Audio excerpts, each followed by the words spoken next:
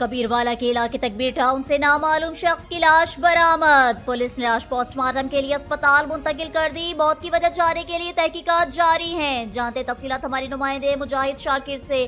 جی مجاہد شاکر، تفصیلات سے آگاہ کیجیے گا۔ جی بالکل، تھانہ سٹی کبیروالا کی حدود میں واقع تکبیر ٹاؤن سے ایک نامعلوم شخص کی نعش برآمد ہوئی ہے۔ متوفی کی شناخت محسن والخضر حیات قوم ہری کے نام سے ہوئی ہے۔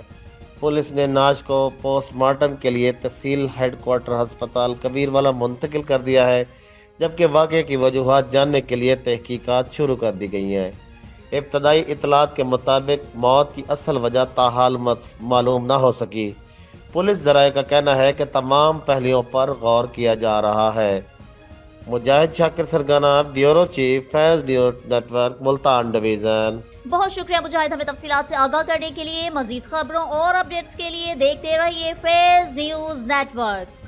فیض نیوز، فیض سب کے لیے۔